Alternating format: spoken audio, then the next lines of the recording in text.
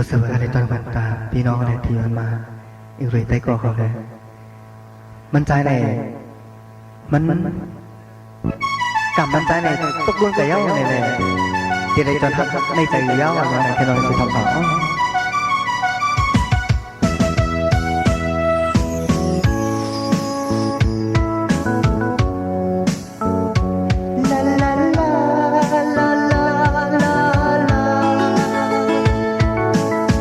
กำมอนพี่ใจตกลุ่นกว่าเย้าเมื่อตักอันหักสุนางอยู่เปิดอ่อนกันว่านางจู่เย้ากำทักใจพี่หักเย้าหัวใจพี่ลองสิอันหักน้องต่อจู่เย้าก็เปิดตาใจในอันไว้ตาสู่ก็เลี้ยวกำอำเภอในก็ใจหักอำหายลองหักซิมไว้ในใจ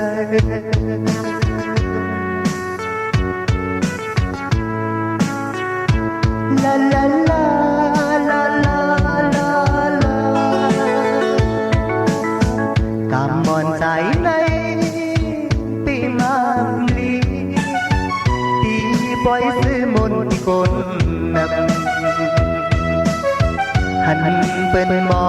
มันเฮ็ดบ่อยบางแห่ทักใจนั่งข้างเย้านอน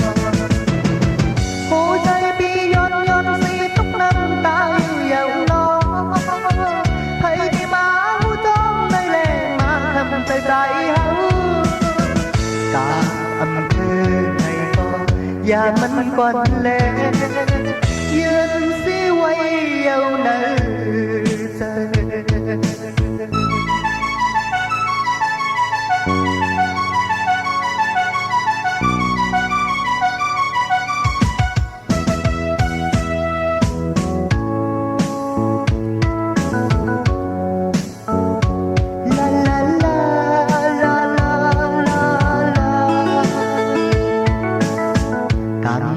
ใจตกลุ่นกว่าเย้าเมื่อตักอันหักสุนางอยู่เปิดอ่อนกันว่านางจู่เย้ากำทักใจพี่หักเย้าหัวใจพี่ลองสิอักหักน้องต่อจู่เย้าก็เปิดตาใจในอันไว้ตาสู่ก็เลี้ยวตาอำเภอในก็ใจหักอำหายลองหักซิมไว้ในใจ